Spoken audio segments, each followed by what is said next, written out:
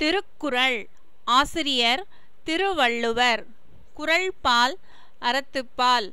குறள் இயல் இல்லறவியல். அதிகாரம் 9 விருந்தோம்பல். குறள் 85.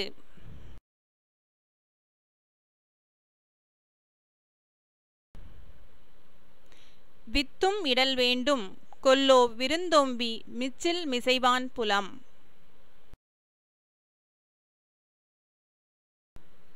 விருந்தினராக வந்தவரை முதலில் உண்ண செய்து உபசரித்துவிட்டு எஞ்சியதை உண்பானது நிலத்திற்கு விதையும் விதைக்க வேண்டுமோ என்பது இதன் பொருள்.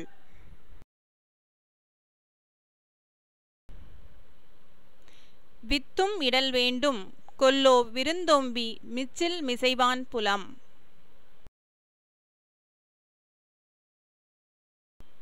நன்றி.